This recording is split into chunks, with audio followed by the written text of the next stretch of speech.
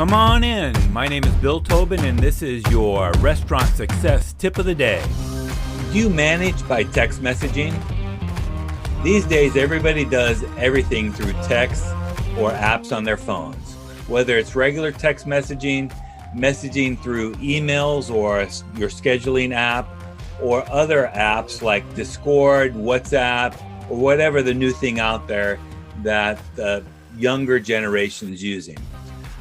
But I saw an example this weekend where someone had texted into their boss and said they were going to be late for work, and the boss texted back and said, "Don't even bother."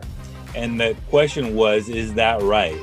Many comments online after this said that, quote unquote, firing someone over texting was wrong.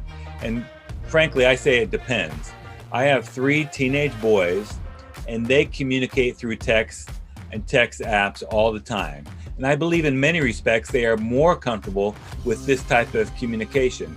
Even though I text a lot, I'm a little more careful about what I put in writing, but my boys could care less, and they seem to have the nuances and understanding of what they're texting to people and what people are texting to them. But the truth is, and the key word there is nuances.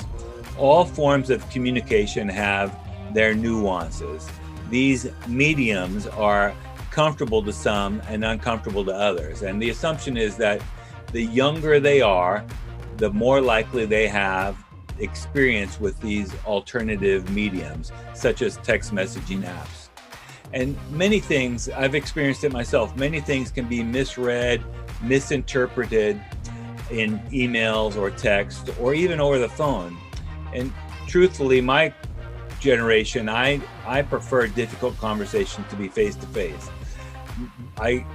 If it's face-to-face, I can read body language, including facial expressions, your tone, even your demeanor. But I also feel like I know my key managers well enough that they are less likely to negatively read into my text messages or mine into theirs. And when I'm asking them about something, I don't have any problem texting them. Nevertheless, if it's serious, if it deserves a phone call, it deserves a phone call at the very least. And even if it's really important, it needs to be in person. Other people might find just fine with online or text human resources or text HR. What's important is that you understand your strengths and your comfort zone and the comfort zone of your staff. Most importantly, when in doubt, the default should always be to be in person.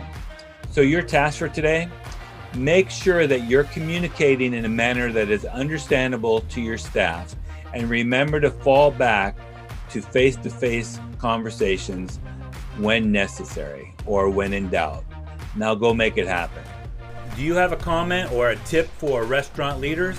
Text me at 808-201-0550 or find me at restaurantleadership365.com. This is Bill Tobin. Thanks for coming in. See you tomorrow.